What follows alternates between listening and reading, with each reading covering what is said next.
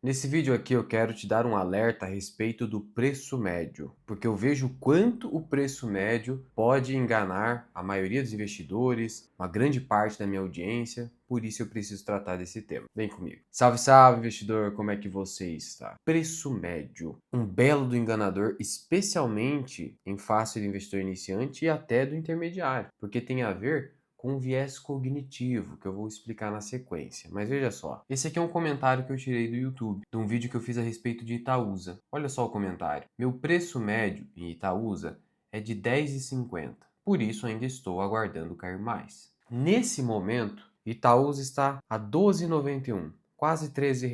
Então ela comprou a R$ 10,50 e falou: olha, eu vou esperar cair mais, porque meu preço médio é R$ 10,50. Então isso me motivou ainda mais a trazer esse vídeo.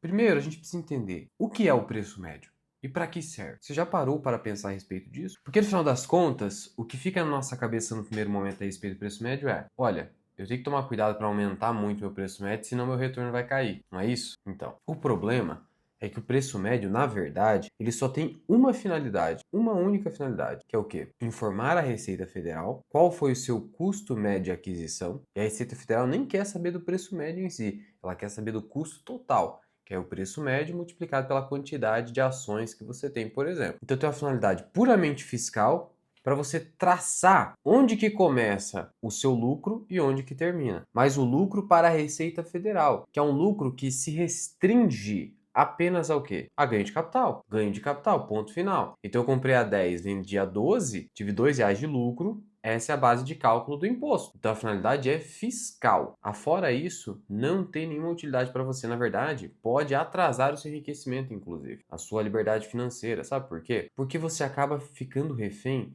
do viés da ancoragem. O que seria esse viés da ancoragem? É um viés cognitivo que foi descoberto pela economia comportamental, que basicamente resume o seguinte: todo primeiro número que a gente tem um acesso, que primeiro aparece na nossa cabeça, que primeiro nos vem à mente, especialmente quando é um número recente, esse número ele funciona como uma âncora, ou seja, nos prende, nos limita. É uma âncora. E essa limitação decorre do fato de que a gente fica de fato preso a um número. O número é sugestivo para a gente e a gente fica preso a ele. No âmbito das ações, o que isso significa? Que o preço médio foi o nosso custo médio de aquisição, nosso custo de compra. E aí a gente fica receoso de muitas vezes comprar mais de uma ação porque ela andou, ela subiu, como se espera, né? Ou você quer que a sua ação ande de lado para sempre?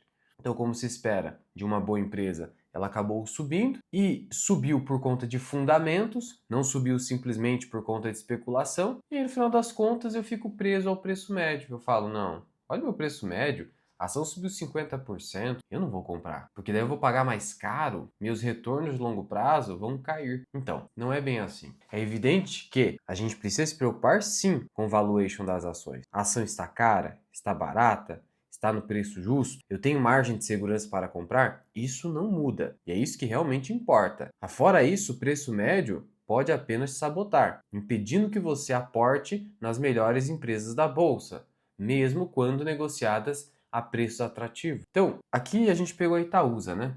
Que faz parte do nosso exemplo. Olha só o gráfico de longo prazo, e aqui a cotação está ajustada pelos dividendos. Gráfico de longo prazo, cotação ajustada pelos dividendos de Itaúsa. Olha só isso aqui, 15 anos. Então imagina só quem, sei lá, em 2012 tinha Itaúsa, cotação ajustada a 1,50 e viu a ação disparar para 3, dobrou de preço em 5 anos. Essa pessoa fala, cara, meu preço médio é 1,50 ajustado. Vou colocar aqui a cotação sem ajuste de dividendo. Então, eu não consigo comprar mais o papel. Eu tenho que esperar cair mais. Aí essa pessoa viu o papel sair de mais ou menos 3, cotação ajustada, para 6,28, cotação ajustada. Eu vou tirar o ajuste aqui, por quê? Porque os dividendos fazem uma diferença enorme. Não só os dividendos e outros eventos societários, como por exemplo, bonificações e etc. Ó, em termos de cotação padrão, o preço de Itaúsa aqui em 2012 era de 3,68. Imagina você ver a ação de novo em 5 anos indo para 6. Ah, não vou comprar, tá cara. A ação foi para 9, aí depois despencou de novo para 6, voltou, né? Mas aqui foi uma pandemia, algo completamente imprevisível, só que a ação continuou subindo e não parou mais. E agora está aqui a 2,78.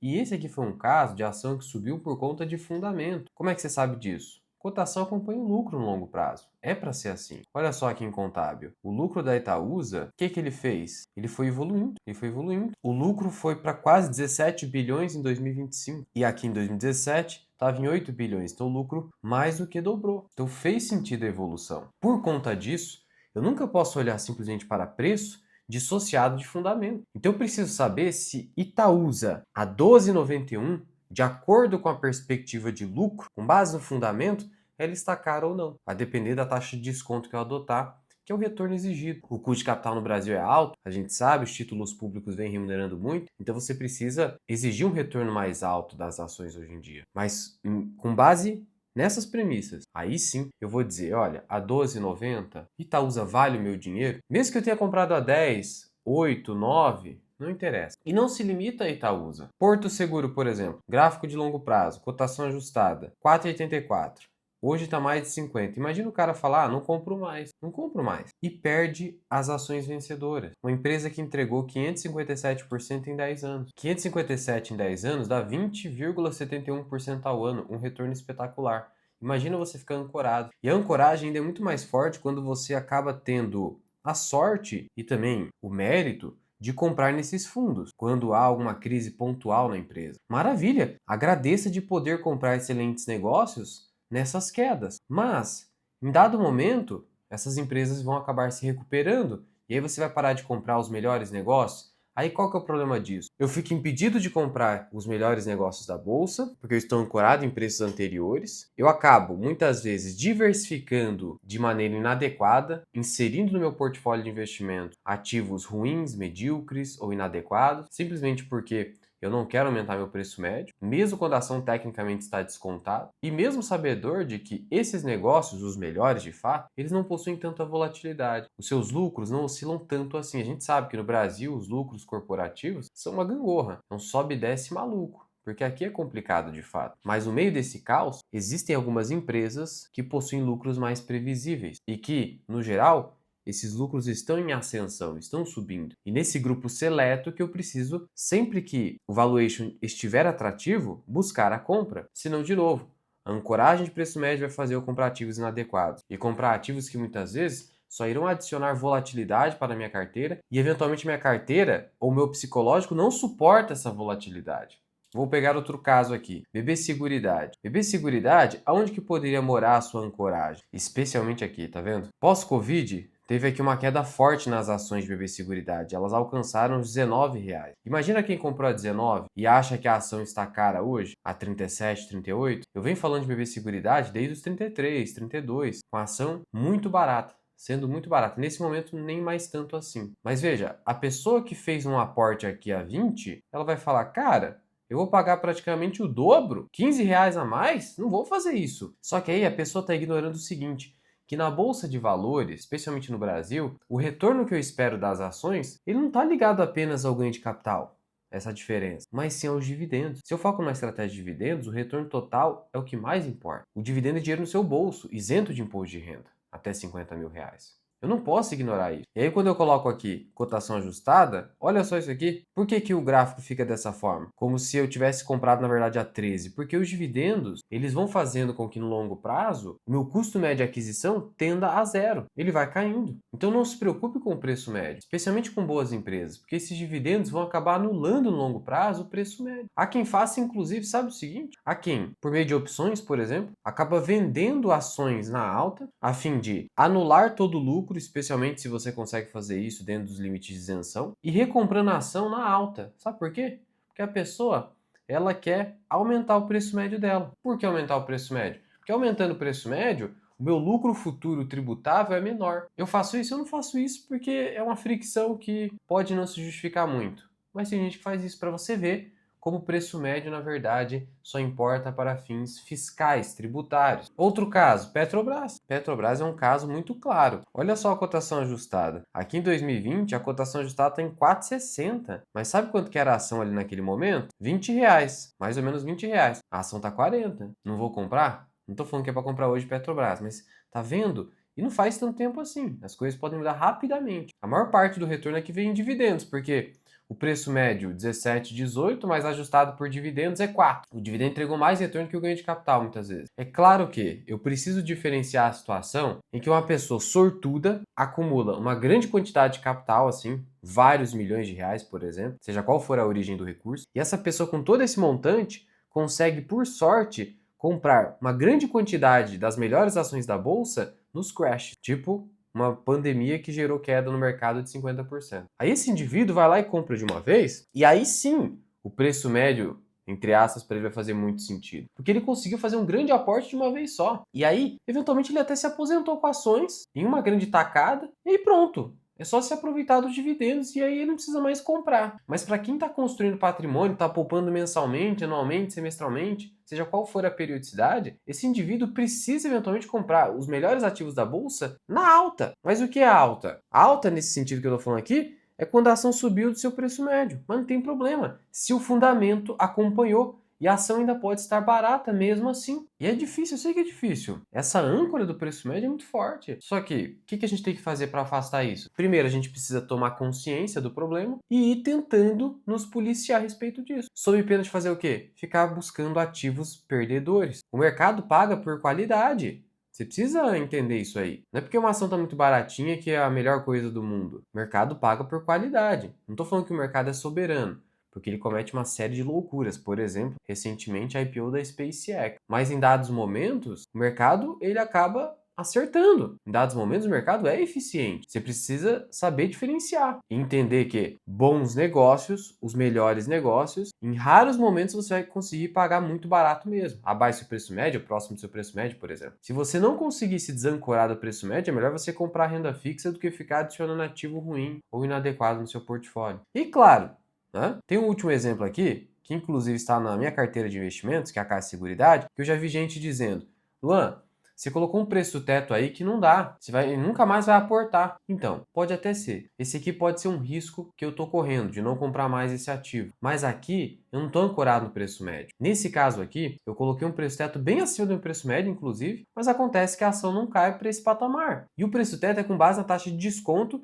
que eu trago os fundamentos em relatórios de análise, eu trago os fundamentos em vídeos exclusivos, na minha planilha de valor intrínseco. Onde que está tudo isso? Na comunidade FMI, onde eu trago até mesmo o meu portfólio de investimentos, seja em relatórios, seja em vídeo. Lembrando o seguinte, aqui na comunidade FMI é onde você tem os relatórios de análise, ou CNPI, além do meu curso de formação Mira Investing. É que eu vejo gente se tornando membro no YouTube. No YouTube você tem acesso aos vídeos exclusivos e a planilha de valor intrínseco e a minha carteira de investimento. Mas para você ter acesso a tudo, inclusive os relatórios e o curso, aí é na comunidade FMI. Eu tenho que ficar repetindo isso aqui porque algumas pessoas acabam confundindo essa questão. Então são dois produtos. Membro do YouTube, você tem acesso à planilha de valor intrínseco, aos vídeos exclusivos que estão aqui na comunidade FMI também e a minha carteira de investimentos. Agora, para você ter acesso aos relatórios de análise de várias empresas da bolsa e ao meu curso Formação Mira Investing, aí você precisa entrar para a comunidade FMI. O link para você testar está aqui embaixo na descrição. Ah, não preciso disso, não. Eu só preciso da planilha de valor intrínseco e dos vídeos exclusivos. Basta se tornar membro do canal e você cancela a qualquer momento também. Agora voltando aqui em Caixa Seguridade, olha só aqui, ó,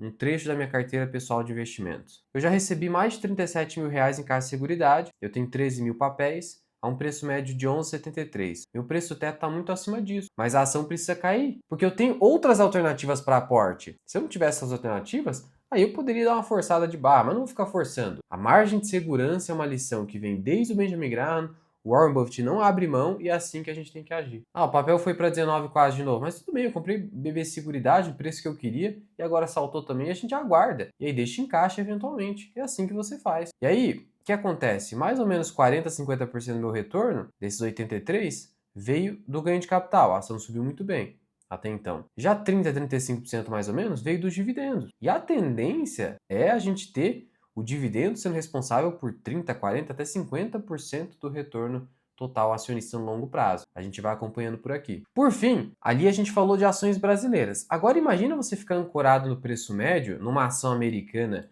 de forte crescimento como a Google. Olha só isso aqui. E aqui é basicamente tudo vem no ganho de capital, porque o dividendo lá fora é ridículo.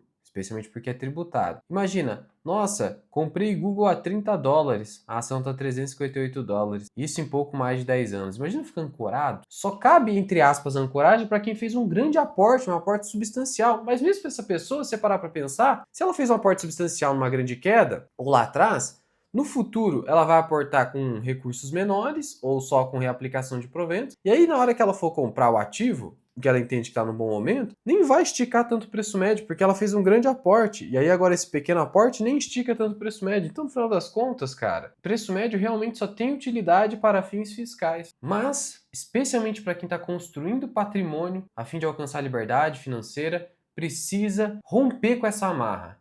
A fim de fazer o quê? A fim de ter coragem de comprar os ativos que subiram, mas ainda estão baratos. Por que subiram? Porque são os melhores ativos da bolsa, muito provavelmente. Quando subiram por melhora de fundamento. E naquele vídeo anterior que gerou esse questionamento, eu falei, olha, abaixo de R$13, Itaúsa tem a margem de segurança que eu preciso. Então eu paro por aí. Tem a margem de segurança? Ah, e se acontecer igual o Banco do Brasil, que você tinha margem de segurança, mas daí o papel derreteu. Ele derreteu porque o lucro desabou. Isso pode acontecer com qualquer empresa. O que a gente faz na condição de investidor é, com base nos dados que nós dispomos e com base no histórico da empresa, comprar barato. Mas a ação, ela está barata de acordo com quanto ela entrega de resultado. Se o resultado cai, ela fica cara. É o que aconteceu com o Banco do Brasil, por isso que ele derreteu. Eu posso adotar a postura de esperar uma grande correção? Você pode. Mas eu particularmente adotaria essa postura quando o mercado realmente está muito caro. Hoje a taxa de juros está estratosférica. Você espera que esse juro vá para onde? Geralmente o mercado realmente está caro quando o juro está baixo. Mas não é o caso hoje. Juro a 14 e o mercado já nem está esperando mais queda. Se você não comprar ações com juro a 14 e 15, você não vai comprar nunca. Porque daí você vai se sentir bem de comprar ações quando o juro tá 9, 8, aí você vai sentir bem de comprar, mas aí vai ser o pior momento. Essas ações mesmo aqui, dificilmente vai estar no preço bom. E aí pode acontecer o seguinte, hoje está 13, aí passa alguns anos, o juro cai para 9%, que seria algo mais razoável hoje em dia, e aí a Itaúsa foi para 18, vamos supor, aí você fala, não, tá muito alto. Aí ela corrige para 15 ou corrige para 14. Fala, não, a 14 eu vou comprar. Mas você não quis comprar a 13. E aí você se engana com uma nova ancoragem. Você cria uma nova âncora que vai te enganar. Então esse vídeo aqui não é recomendação de nenhuma compra desses ativos. Até porque você tem que ver o seu perfil de risco, você tem que ver qual o preço teto correto. Mas só para você entender que, eventualmente, eu vou ter que comprar na alta, e o que seria alta acima do meu preço médio, ativos de qualidade e que pagam bons dividendos. Por isso, vamos combinar de tomar cuidado para não se auto-sabotar com o preço médio. Essa é a mensagem desse vídeo. Eu sei o quanto é difícil se afastar do preço médio, eu sei porque é uma luta diária, mas é um exercício diário mesmo, cotidiano. Eu tô aqui contigo e é essa a finalidade. A gente entender que bons ativos sobem, do contrário, eles iriam cair ou ficar andando de lado ad eterno. Então, se sobem em conjunto com a melhora de fundamentos, eu preciso analisar a empresa de acordo com os novos fundamentos. Se os novos fundamentos apontam para o fato da ação estar barata, a decisão vai ser tomada com base nisso. Não só com base em preço, muito menos em preço médio. Então, basicamente era isso que eu queria passar para você. Qualquer dúvida ou sugestão, comenta aqui embaixo. Eu te vejo no próximo vídeo. Fui!